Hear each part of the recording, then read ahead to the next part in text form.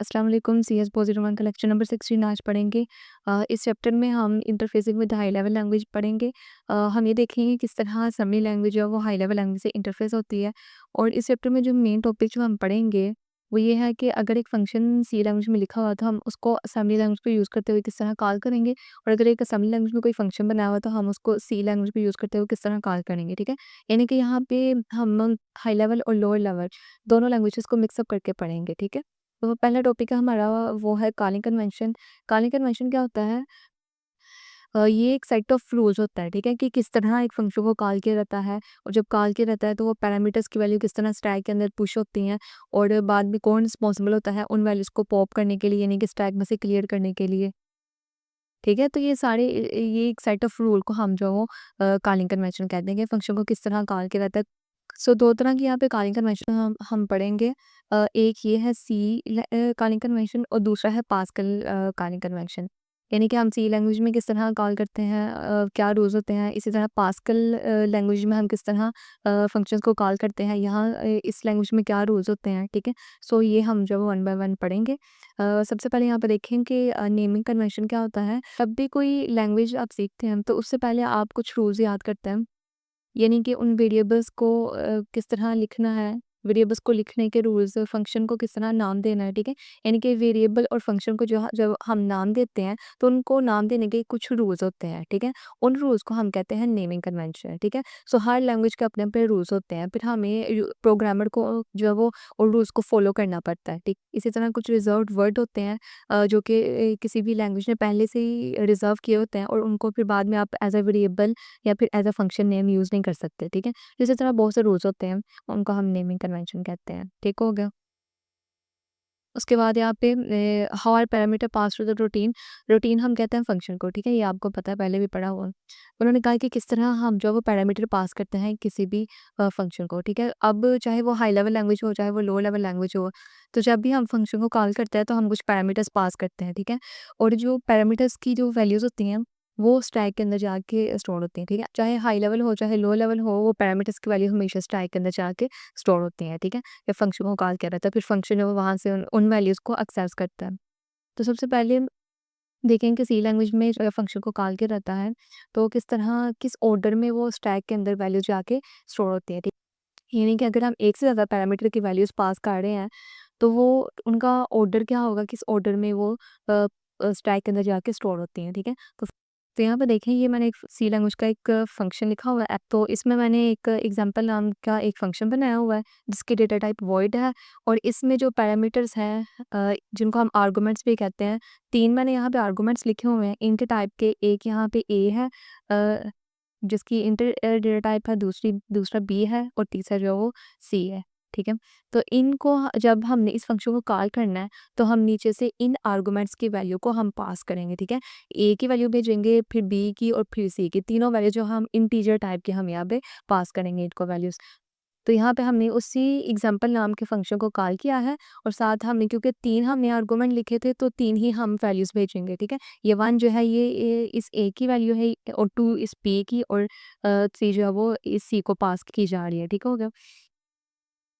अब यहाँ पे हमने 3 पैरामीटर्स के वैल्यूज़ हम पास कर रहे हैं, तो जब इस फंक्शन को कॉल करेंगे तो ये तीनों वैल्यूज़ पहले स्टैक के अंदर जाके स्टोर होंगी, ठीक है। तो हम ये देखेंगे कि ये तीनों वैल्यूज़ जो हैं किस ऑर्डर में वहाँ स्टोर होंगी, यानी कि पहले ये 1 जाएगा या फिर ये पहले 3 जाएगा, ठीक है। सो इनका ऑर्डर क्या होता है सी लैंग्वेज में वैल्यूज़ को स्टैक के अंदर स्टोर करने का? राइट टू लेफ्ट, ठीक है। यानी कि सबसे पहले राइट वाली वैल्यू जाके स्टोर होगी, ठीक है। राइट से शुरू होगी और ऑनवर्ड जो है लेफ्ट की तरफ जाएँगी, और वन बाय वन सारी वैल्यूज़ जो है वो स्टैक के अंदर स्टोर होगी, ठीक है। सो राइट में राइट मोस्ट हमारे कौन सी यहाँ पे वैल्यू है, 3 है। सबसे पहले स्टैक के अंदर 3 जाके पुश होगा, फिर 2 पुश होगा, फिर 1 पुश होगा, ठीक है। पास्कल लैंग्वेज में जब पैरामीटर्स की वैल्यूज़ को पास किया जाता है स्टैक के अंदर, जब पुश किया जाता है स्टैक के अंदर, तो उनका लेफ्ट टू राइट ऑर्डर होता है, ठीक है। यानी कि सबसे पहले लेफ्ट मोस्ट जो वैल्यू होगी वो जाके पुश होगी, इसी तरह ऑनवर्ड जो राइट की तरफ जो वैल्यूज़ होंगी वो वन बाय वन जाके पुश होंगे, तो इनका ऑर्डर होता है लेफ्ट टू राइट, ठीक हो गया। सो यहाँ पे मैं आपको लिख देती हूँ कि जो सी लैंग्वेज का जो सबसे पहले देखें, तो सी लैंग्वेज में जो ऑर्डर होता है वो होता है राइट टू लेफ्ट, और पास्कल में जो ऑर्डर होता है वो होता है लेफ्ट टू राइट। ठीक हो गया? तो यहाँ तक क्लियर हो गया।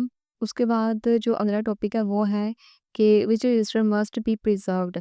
तो प्रिजर्व्ड रजिस्टर ऐसे रजिस्टर होते हैं कि जब भी किसी फंक्शन को कॉल किया जाता है, चाहे असेंबली में या सी लैंग्वेज में, तो फंक्शन के अंदर जो वैल्यूज़ होती हैं वो टेम्परेरीली किसी टेम्परेरी रजिस्टर के अंदर जाके स्टोर होती हैं। ठीक है? फिर जैसे ही वो वैल्यू को रिटर्न करता है, यानी कि फंक्शन को कॉल करने के बाद वो दोबारा फंक्शन की जो वैल्यूज़ होती हैं वो भी स्टोर हो जाती हैं। ठीक है? उन रजिस्टर में से। सो ये रजिस्टर होते हैं प्रिजर्व्ड रजिस्टर, जिसमें हम टेम्परेरीली उस फंक्शन की वैल्यूज़ को जो है वो स्टोर करते हैं। तो वो ये वाला रजिस्टर है। ठीक है? Extend base extended, extend stack index, pre destination index, base pointer, stack pointer, तो ये सारे रजिस्टर आपने याद करने हैं। उसके बाद है which register are use as scratch. अब हम यहाँ पर देखेंगे कि स्क्रैच रजिस्टर्स कौन से होते हैं। स्क्रैच रजिस्टर ऐसे रजिस्टर होते हैं कि जब भी हम किसी फंक्शन को कॉल करते हैं ना, तो जो पैरामीटर्स की वैल्यूज़ होती हैं वो इन रजिस्टर के अंदर वो वैल्यूज़ जाके स्टोर होती हैं। यूजुअली तो वैल्यूज़ हमारी स्टैक के अंदर ही जाके स्टोर होती हैं। ठीक है? हर लैंग्वेज में जब भी फंक्शन को कॉल किया जाता है। लेकिन कई दफ़ा कॉलिंग कन्वेंशन हमें अलाउ करता है कि जो वैल्यूज़ हैं उनको इन स्क्रैच रजिस्टर्स के अंदर भी स्टोर करो। ठीक है? सो कौन-कौन से रजिस्टर हैं जो एज़ अ स्क्रैच काम करते हैं, वो ये है ईएक्स, ईसीएक्स, ईडीएक्स, यानी कि extend accumulator extended, counter extended, extend destination extended, यहाँ पे एफएस, जीएस एंड फ्लैग्स। ठीक है? ये रजिस्टर आपने याद रखना है कि ये जो है ये as a scratch register use होते हैं। उसके बाद है which register hold the return value. कौन से रजिस्टर्स जो है वो होल्ड करते हैं रिटर्न वैल्यू, यानी कि जब भी किसी फंक्शन को कॉल किया जाता है, वहाँ पे लास्ट स्टेटमेंट होती है जो रिटर्न स्टेटमेंट होती है। ठीक? सो रिटर्न स्टेटमेंट किस लिए यूज़ होती है? वैल्यू को रिटर्न करने के लिए। ठीक है? यानी कि फंक्शन को कॉल करने के बाद जो हमारा रिजल्ट आता है, जो वैल्यू आती है, उसको फिर रिटर्न किया जाता है। ठीक है? सो जो वैल्यू रिटर्न होती है वो फिर किस रजिस्टर में जाके स्टोर होती है। ठीक है? कौन से रजिस्टर उनको होल्ड करते हैं, तो वो हम देखने लगे यहाँ पे।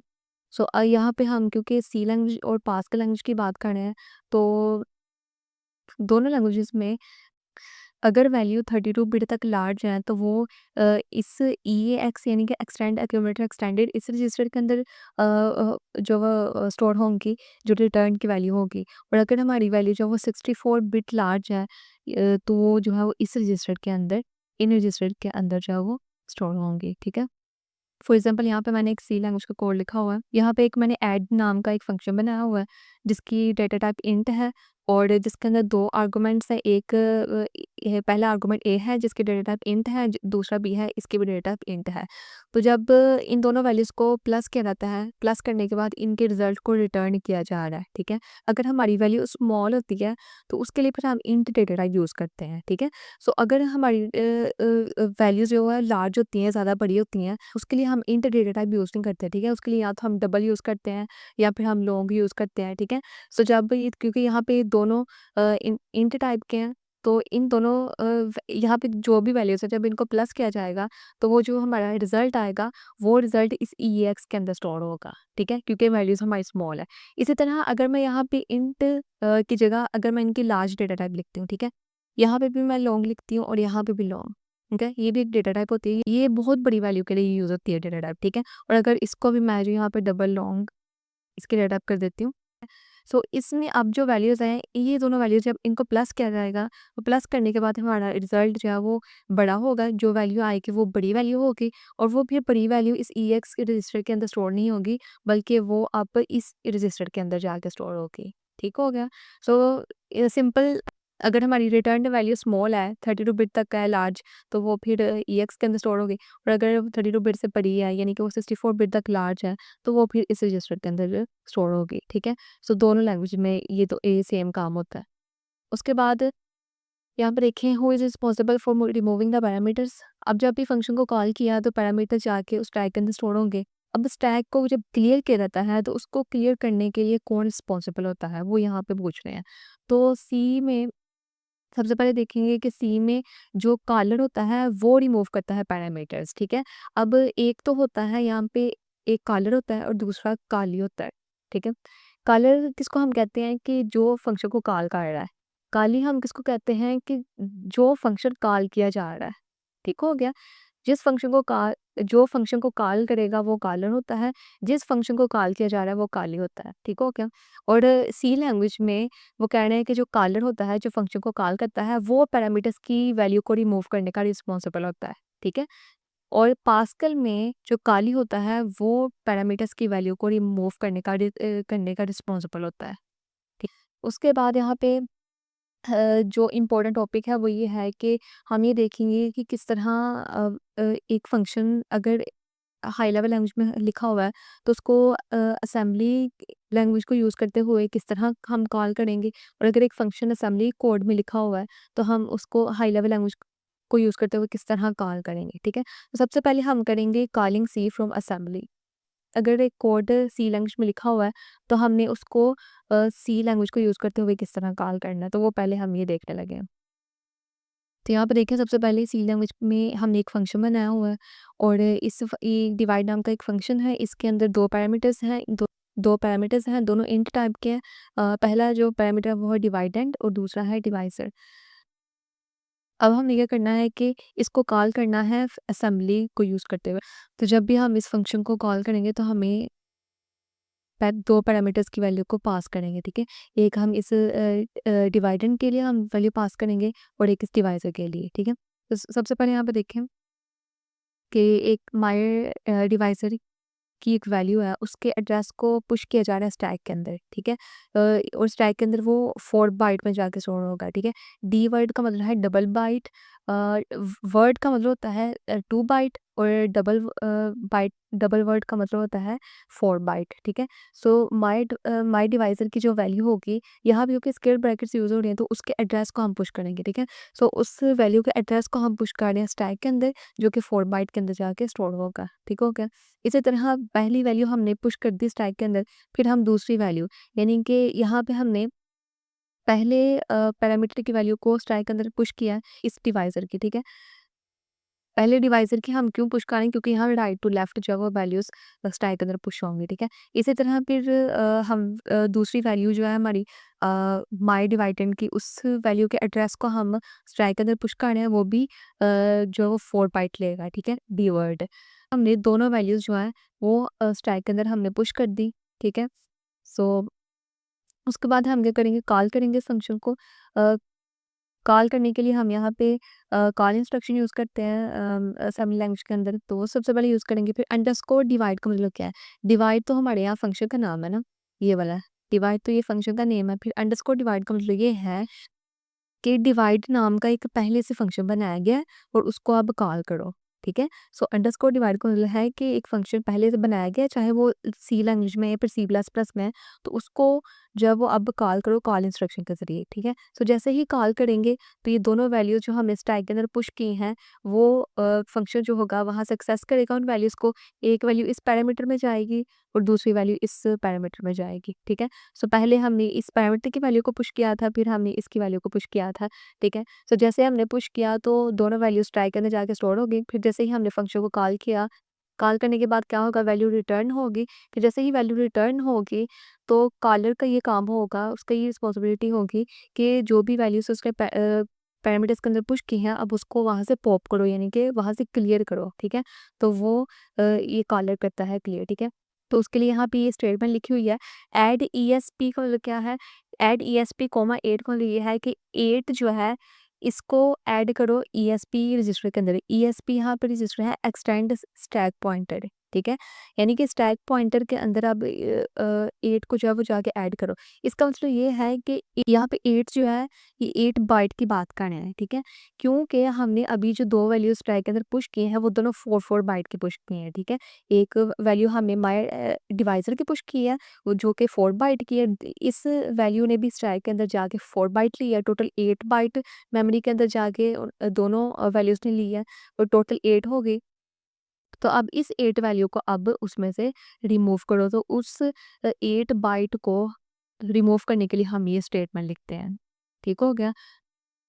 सो ये हमने अभी देखा कि सी लैंग्वेज में जो फंक्शन था उसको हमने किस तरह कॉल किया। पहले तो क्योंकि पहले तो जितने हमारे आर्गुमेंट्स थे, जितने पैरामीटर्स थी, उनकी वैल्यू को वन बाय वन पुश किया स्टैक के अंदर, ठीक है? पुश करने के लिए हम ये स्टेटमेंट्स लिखी असेंबली लैंग्वेज के अंदर। पुश करने के बाद हमने उसी फंक्शन को जब कॉल करना है तो हम पहले अंडरस्कोर यूज़ करते हैं, ठीक है? यानी कि जो भी फंक्शन पहले बनाया गया है उसको कॉल करो, ठीक है? कॉल करने के बाद जितनी भी बाइट उन वैल्यूज़ ने स्टैक के अंदर ली है, अब उस वैल्यू को रिमूव करने के लिए हम ये वाला स्टेटमेंट यूज़ करते हैं, ठीक है? तो ये तो हो गया क्लियर आपका। तो ये अभी हमने देख लिया कि किस तरह एक हाई लेवल लैंग्वेज में जो फंक्शन लिखा है, उसको लोअर लेवल लैंग्वेज यूज़ करते हुए हम किस तरह कॉल करते हैं, ठीक है? यानी कि असेंबली लैंग्वेज को यूज़ करते हुए। तो जब भी असेंबली लैंग्वेज में हमने वैल्यूज़ को पुश करना था, तो हम डायरेक्टली पुश करते हैं, ठीक है? One by one her value को पुश करते हैं।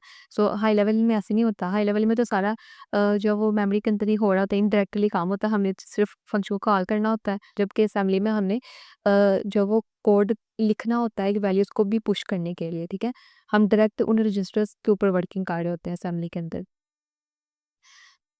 तो यहाँ पे फिर से उन्होंने एक फंक्शन बनाया हुआ है सी लैंग्वेज के अंदर और उसको फिर कॉल किया जा रहा है असेंबली लैंग्वेज को यूज़ करते हुए, ठीक है? तो ये आपने खुद देख लेना इसको कि किस तरह किया है। पहले उन्होंने फंक्शन बनाया स्वैप नाम का, उसके अंदर हमारे पास 2 पॉइंटर्स हैं, ठीक है? दोनों इंटरप्ट टाइप के पॉइंटर्स हैं और उसके बाद हमने उनको स्वैप करने के लिए एक टेम्प नाम का वेरिएबल बनाया है, ठीक है? उसको पहले पॉइंटर की वैल्यू असाइन की गई है, फिर उसी पहले पॉइंटर को पॉइंटर 2 की वैल्यू असाइन की गई है, फिर उसी पॉइंटर 2 को फिर टेम्प की वैल्यू असाइन की गई है, ठीक है? इस तरह वैल्यू जो है वो इंटरचेंज हो रही है, ठीक है? एक्सचेंज हो रही हैं वैल्यूज़। 2 पॉइंटर हैं, दोनों प पॉइंटर के अंदर जो वैल्यूज़ हैं, वो अब एक्सचेंज हो गई हैं, ठीक है? एक दूसरे को चली गई हैं दोनों वैल्यूज़। तो अब इस फंक्शन को हम स्वैप को कैसे कॉल करेंगे असेंबली के अंदर? तो सबसे पहले यहाँ पर उन्होंने असेंबली डायरेक्टिव 2 बनाया हुआ है, डीडी के यानी कि डिफाइंड डायरेक्टिव के 2 बाइट के बनाए हुए हैं, ये भी 2 बाइट के, ठीक है? एक जो यहाँ पे असेंबली डायरेक्टिव है वो एक्स के नाम से है, जिसके अंदर हमने 4 बाइट स्टोर की है, दूसरा वाई के नाम से यहाँ पे लेबल बनाया हुआ है और इसको 7 वैल्यू जो इसके अंदर हमने स्टोर की हुई है। इसी तरह फिर हमने वाई की वैल्यू को पुश किया है स्टैक के अंदर, फिर एक्स की वैल्यू को पुश करेंगे, फिर हम इस फंक्शन को कॉल करेंगे। तो इस तरह जैसे ही हम इस फंक्शन को कॉल करेंगे, ये दोनों वैल्यूज़, ये 4 वैल्यू और ये 7, ये दोनों एक्सचेंज हो जाएँगे, इंटरचेंज हो जाएँगे, ठीक है? तो ये भी हमने देख लिया। उसके बाद यहाँ पे जो दूसरा काम क्या है, सो अभी जो हमने पढ़ा है हमने ये देखा है कि किस तरह हम असेंबली कोड को यूज़ करते हुए फंक्शन को कॉल कर रहे हैं जो हमने सी लैंग्वेज के अंदर लिखा हुआ है। अब हमने देखना है कि जो एक फंक्शन लिखा हुआ है असेंबली लैंग्वेज के अंदर और उसको हमने कॉल करना है सी लैंग्वेज को यूज़ करते हुए, ठीक है? यानी कि बिल्कुल उसके ऑपोज़िट। तो हम यहाँ पे देखेंगे, ठीक है? देखेंगे किस तरह हम जो असेंबली लैंग्वेज में कोड लिखा हुआ है, फंक्शन लिखा है, उसको हमने सी लैंग्वेज के ज़रिए हमने कॉल करना है, ठीक है? तो यहाँ पे उन्होंने अ, ये जो कोड लिखा हुआ है, ये उन्होंने फंक्शन बनाया हुआ है असेंबली लैंग्वेज के अंदर, फिर उसको यहाँ पे उन्होंने हाई लेवल लैंग्वेज को यानी कि सी लैंग्वेज को यूज़ करते हुए कॉल किया है, ठीक है? तो ये कोड थोड़ा-सा लेंथी है, के लिए मैंने एक अलग एक बहुत कंसाइज़ वे में एक कोड बनाया हुआ है, तो आपने ये वाला करना है, ठीक है? सबसे पहले हम फंक्शन लिखेंगे असेंबली के अंदर, ठीक है?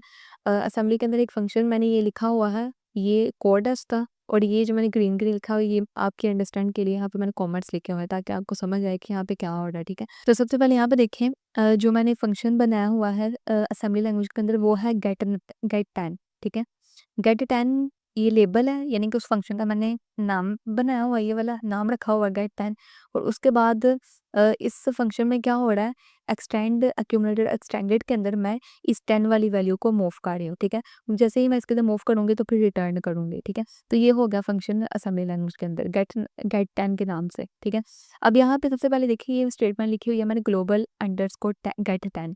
ये जो मैंने गेट 10 के नाम से फंक्शन बनाया ना, इसको मैंने ऊपर ग्लोबल अंडरस्कोर गेट 10 क्यों लिखा हुआ है, ताकि इसको मैं ग्लोबली इसके ऊपर काम कर सकूँ, ठीक है? तो जब भी किसी फंक्शन को ग्लोबल किया जाता है, तो हम उसको फंक्शन को कहीं भी यूज़ कर सकते हैं, ठीक है?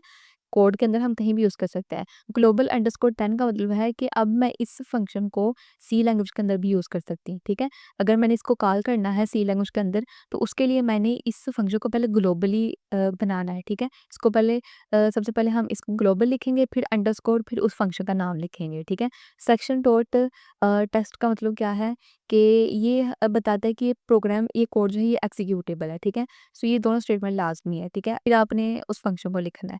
तो यहाँ फंक्शन में क्या हो रहा है कि 10 को हमने इस रजिस्टर के अंदर मूव किया फिर रिटर्न किया। अब इसको 10 वैल्यू को हम यूज़ करेंगे सी लैंग्वेज के अंदर यानी कि प्रिंट हम यहाँ पे कर रहे हैं इस वैल्यू को, ठीक है? तो सी के अंदर सबसे पहले यहाँ पे देखें उसी फंक्शन को लिखा हुआ है उसकी इंट टाइप लिखी हुई है यहाँ और साथ एक्सटर्न लिखा हुआ है। एक्सटर्न का मतलब है कि ये जो गेट 10 का नाम का फंक्शन है, ये पहले बनाया गया है इसको, ठीक है? इसको पहले कहीं डिफ़ाइन किया हुआ है, ठीक है? सो अगर हम ये यूज़ ना करेंगे तो कंपाइलर जब इसको कंपाइल करेगा तो वो ये कंसिडर करेगा कि ये गेट 10 के नाम के फंक्शन को अभी बनाना है आगे जाके, ठीक है? सो अगर हमने पहले से बने बनाए फंक्शन को यूज़ करना है, ठीक है? जो हम पहले बना चुके हैं, तो उसको यूज़ करने के लिए हमने एक्सटर्न पहले लाज़मी लगाना है, ठीक है?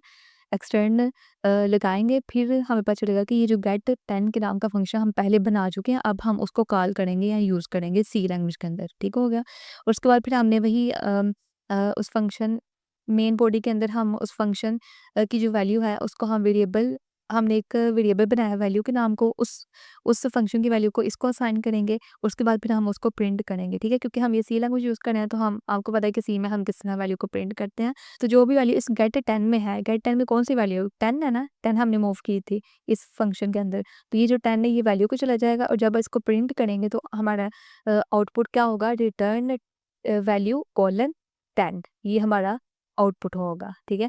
यानी कि हमने क्या किया है कि जो हमने फंक्शन असेंबली में बनाया हुआ है उसको यूज़ करते हुए उसकी वैल्यू को हमने यूज़ करते हुए प्रिंट किया है सी लैंग्वेज के अंदर, ठीक है? यानी कि असेंबली लैंग्वेज की वैल्यू को हमने हाई लेवल लैंग्वेज में प्रिंट किया है, ठीक है? तो इस तरह लो लेवल कोड और हाई लेवल में जो कोड होता है एक-दूसरे के साथ इस तरह इंटरफ़ेस करता है, ठीक हो गया? सो ये आज जो हमने टॉपिक जो इम्पोर्टेंट टॉपिक थे वो हमने देखे हैं कि हमने लो लेवल और हाई लेवल लैंग्वेज को मिक्स करते हुए हमने कोडिंग को समझा है, तो ये आपने कंसेप्ट अच्छी तरह याद कर लेना है और ये जो कोड है ये भी आपने याद कर लेना है, ठीक होगा? सो ये था आज हमारा लेक्चर। वीडियो अच्छी लगी हो तो लाइक एंड सब्सक्राइब कीजिएगा और अपने फ्रेंड्स के साथ शेयर कीजिएगा। अल्लाह हाफ़िज़।